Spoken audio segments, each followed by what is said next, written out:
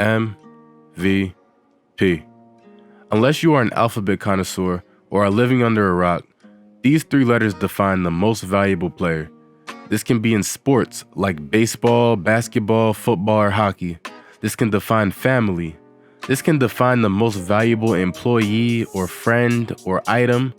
But the point is, every last person has something more valuable to them than anything else. But millions of basketball fans wonder yearly, who is the most valuable player in the NBA? It's Drew here, and your 2023 NBA MVP is...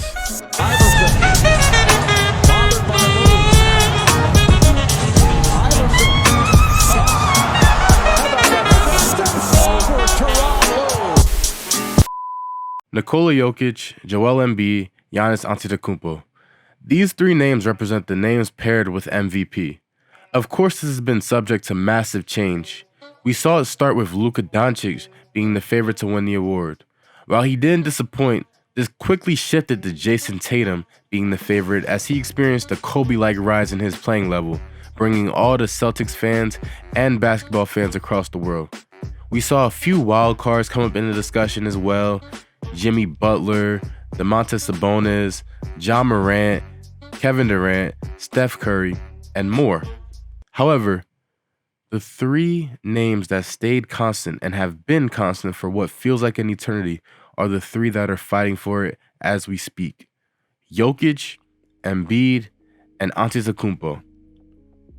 Nikola Jokic, a Serbian Five Guys mascot that will also make the five guys on the opposing team look silly as he walks to the paint and makes the most outrageous play from a center, all while jumping 1 inch off the ground. The rise of Jokic has been one to behold. Each year it seems as if he just keeps improving, and it seems at such a fast and unheard of rate. Before Jokic, NBA basketball didn't have the privilege of having a pass-first center, and now Jokic is putting up numbers so crazy that his biggest ops across the world say that he's stat padding. We love you, Kendrick Perkins. Joel Embiid, the process, the heart of Philly. As a Jerseyan, and yes, I am from New Jersey, please don't stalk me. You can't walk one street without hearing about his greatness. Sure, he falls about 20,000 times a game, but I have never seen a center with the scoring acumen that Embiid possesses. Not only does he have Hakeem-like footwork, but he has Shaq-like finishing and guard-like shooting. Oh, and he can play pretty good defense too. Embiid transformed the Sixers into contenders after years of being the laughingstock of the NBA. Well, not really, since the Bobcats existed at a point, but still, Embiid is the process. Lastly, Giannis Antetokounmpo, the Greek freak. Nothing really needs to be said.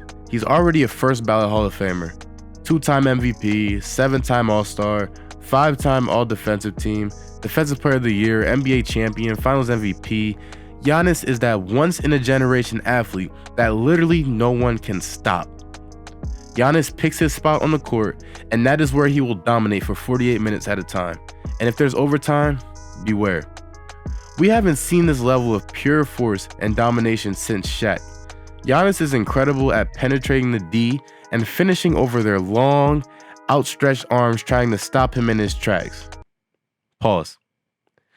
Giannis definitely has a shot at being in the GOAT conversation when it's all said and done. But enough with all the positivity. Now let's talk about who's stat padding and taking 30,000 free throws a game and can't shoot. But seriously, who is the MVP? This question keeps Steve Nash up late at night as he relishes the MVPs he stole from Shaq and Kobe. This question keeps Jason Terry up too as he remembers MVP Bron baptizing him in front of thousands. Who is the league's most valuable player? A lot of fans and analysts get wrapped up in flashy playstyles, stats without context, and flat-out bias. For example, there is not one true Philly fan who wants Jokic to win MVP.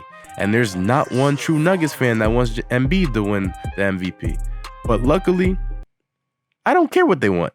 I wish it was still Black History Month because then y'all would for real be forced to listen to me. But since it happens to be Women's History Month, shout out Doris Burke, I guess it is what it is. But I was able to design an equation that ranked players for their level of play throughout the year.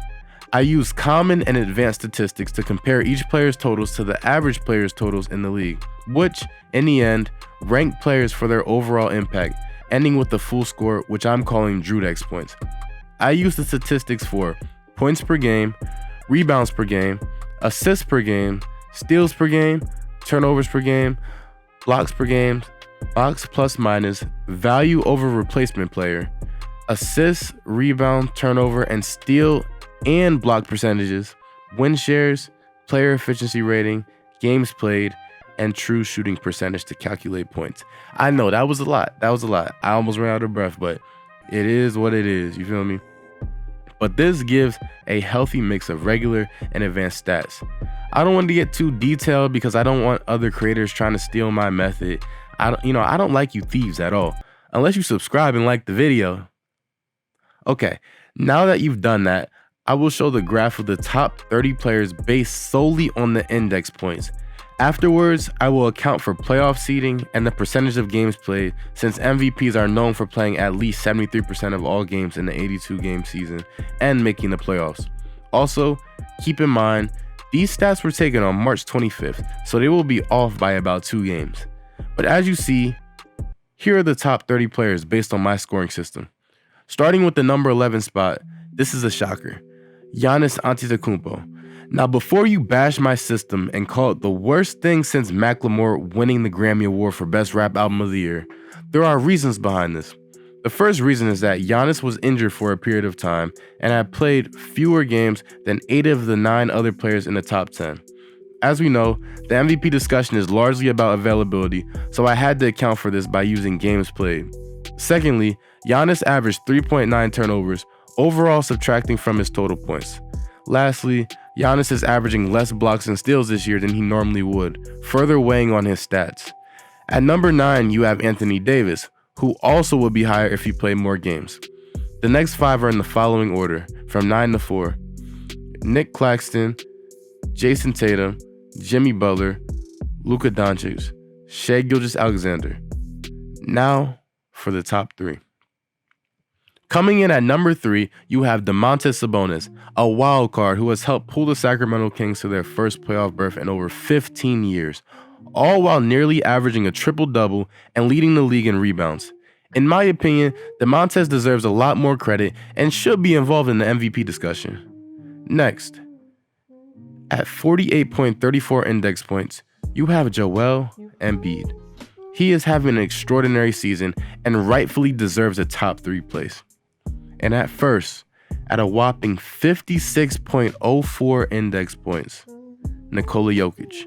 Without accounting for the percentage of games played and seeding, Jokic is the runaway MVP, according to my system. While I do agree that my system doesn't account for the eye test, I do think that the advanced stats that are used cover what we see with our eyes. For example, Jokic's assist percentage is 46.2. Yes, this means that Jokic assists on about 46.2% of his teammates' shots when he's on the floor.